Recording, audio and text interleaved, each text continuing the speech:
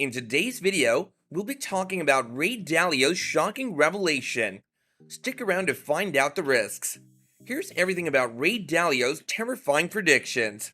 We concur with Ray Dalio's view that economic circumstances would likely deteriorate significantly over the next several years, given that the Federal Reserve is continuing to aggressively raise interest rates and the cracks are only just starting to surface in the important auto and real estate industries.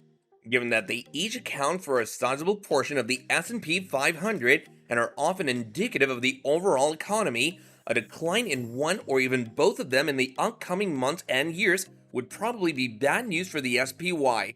In this video, we'll be looking more closely at these dangers and present our viewpoint on the current economic situation. We're starting to see all the typical early indications of a recession, billionaire Ray Dalio claimed yesterday. Ray Dalio made it clear in an interview that there will be economic pain following yet another significant interest rate hike by the Federal Reserve and a very pessimistic outlook on future interest rate increases, which made clear the Federal Reserve's top priority is fighting inflation. We are right now very close to a 0% growth year.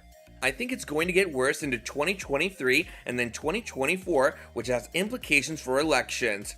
What the Federal Reserve will do will balance it. They will tighten monetary policy and take away credit until the economic pain is greater than the inflation pain. He singled out the housing and car industries as being particularly vulnerable to the effects of rising interest rates. The primary cause of this is the widespread use of debt finance, relatively lenient financing arrangements to buy vehicles and residences. Because these loans are secured by the underlying asset, either the property or car involved, which is very simple for the lender to sell at close to market value in the event that the borrower defaults on their loan, financing is typically reasonably simple to get. Interest rates fell to record lows in the early aftermath of the COVID-19 outbreak as the Federal Reserve worked to boost economic growth and prevent a recession. Additionally, the federal government distributed thousands of dollars to every American taxpayer in an effort to boost the economy even more and aid in easing the financial hardships experienced by many as a result of the COVID-19 lockdowns and the decline in consumer spending due to health concerns. Due to the exceptionally low cost of borrowing and the additional money that consumers had in their pockets, there is an extraordinarily high demand for both homes and cars. If you're finding our content helpful, then do be sure to hit like and subscribe to our channel so you don't miss out on our upcoming content.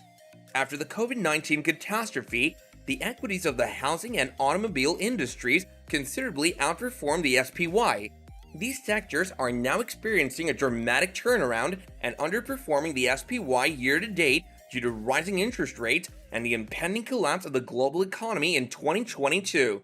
Currently, 2.84% of the index is made up of real estate, not including engineering and construction companies or mortgage lenders, while 3.84% of the index is made up of automotive stocks led by mega-cap Tesla and Detroit heavyweights like General Motors and Ford, as well as other auto parts producers and dealers. The number would increase significantly if chip makers like Nvidia were also included, but that's not even the case.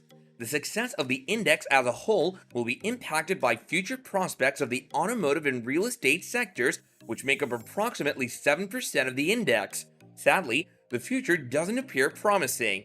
As previously mentioned, both industries seem to be in a Fed-fueled bubble that's currently being burst by a rapid change in the exact policies that initially inflated it. Beyond the bubble's actual deflation, there's the potential for enormous extra economic destruction. This is due to the entrepreneurs' and business executives' misallocation of capital into higher risk, longer term investments like speculative high growth and unprofitable technology companies, as epitomized by the ARK Innovation ETF mania, as a result of the rapid decline and then dramatic rise of interest rates over such a short period of time. Additionally, it encouraged people to take out inexpensive loans to purchase homes and automobiles that they would otherwise not be able to afford at the prevailing interest rates. If unemployment increases, this would probably result in a sharp and unexpected drop in demand, as well as an increase in mortgage and vehicle loan defaults. All of this will increase supply and may even cause prices to drop significantly. Prices for single-family homes have already peaked and are starting to drop nationwide. As properties stay on the market longer, demand has decreased and housing inventory is starting to rise. This effect has spread to the mortgage sector, which is seeing declining demand after experiencing a boom in 2021. Moving forward, the Federal Reserve's apparent determination to lower property prices is even more scary. Chairman Jerome Powell said, "For the longer term, what we need is supply and demand to get better aligned so that housing prices go up at a reasonable level, at a reasonable pace, and that people can afford houses again. So we probably in the housing market have to go through a correction to get back to that place." The Federal Reserve is equipped to accomplish this. Given that the Federal Reserve owns about a quarter of all mortgages in the country, it has the power to further raise mortgage rates by either selling them or just letting them mature naturally. Rising interest rates will likely also have a negative impact on the market for vehicles, especially new ones, as the high prices of new automobiles often necessitate buyer financing.